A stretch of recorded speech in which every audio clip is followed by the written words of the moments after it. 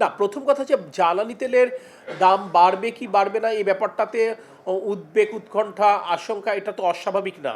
আমরা তো বিভিন্ন পত্রপত্রিকায়, সোশ্যাল মিডিয়াতে আমরা দেখছি পৃথিবীতে প্রায় 85 দেশে জ্বালানি তেল বৃদ্ধি পেয়েছে। আমি দেখলাম ইউএসএতেও পার গ্যালনে প্রায় 50 থেকে 60 সেন্ট পর্যন্ত বৃদ্ধি পেয়েছে। অস্ট্রেলিয়াতেও প্রায় 70 থেকে 75 সেন্ট পর্যন্ত পার গ্যালনে বৃদ্ধি পেয়েছে। সেখানে একটি নতুন সরকার, এখনো পর্যন্ত বাংলাদেশের মতো একটি দেশে আমরা জ্বালানি তেলের মূল্য বৃদ্ধি করিনি।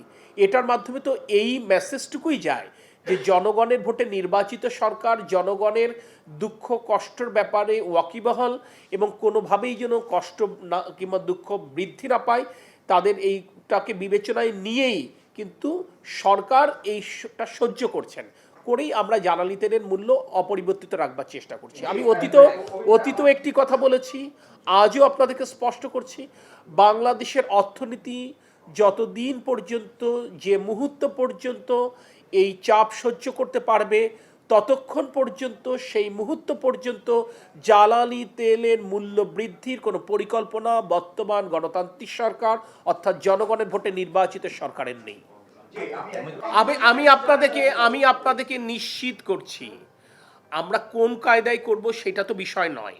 বিষয়টি হচ্ছে এই সরকার, আমি বলছি গণতান্ত্রিক সরকার বলে স্বচ্ছতা রয়েছে। যখন রেশনিং আমরা করেছি এটা তো লুকোছাপা করিনি, আমরা তো বলেছি। এবং আমরা আজকে থেকে যে কোনো বিধিনিষেধ আরোপ করছি না, এটা যে আমরা তুলে নিচ্ছি এটাও সুস্পষ্টভাবে ঘোষণার মাধ্যমে, গণমাধ্যমের বন্ধুদের মাধ্যমে দেশবাসীর কাছে আমরা উপস্থাপন করেছি। যখন এই কথাটি বলছি তখন এই কথা এবং এই কাজটি প্রতিপালন করবার জন্য যা যা ব্যবস্থা নেওয়া প্রয়োজন সেটি করবো ইনশাল্লাহ। আমি আমার কথার মাধ্যমেই কিন্তু স্পষ্ট করেছি আপা, আমি যেটা বলেছি আমি মনে হয় এর মাধ্যমে স্পষ্ট করতে পেরেছি। আমরা যে বিষয়ে কথা বলেছি, আমরা মেহেরবানি করে এটা থাকি আপনার অন্য বিষয় নিয়ে কথার না, আমরা কথা বলতে বলতে আমরা অন্য বিষয়ে কথা বলে ফেলছি, আপনি যাচ্ছেন না, অন্যরা যাচ্ছেন।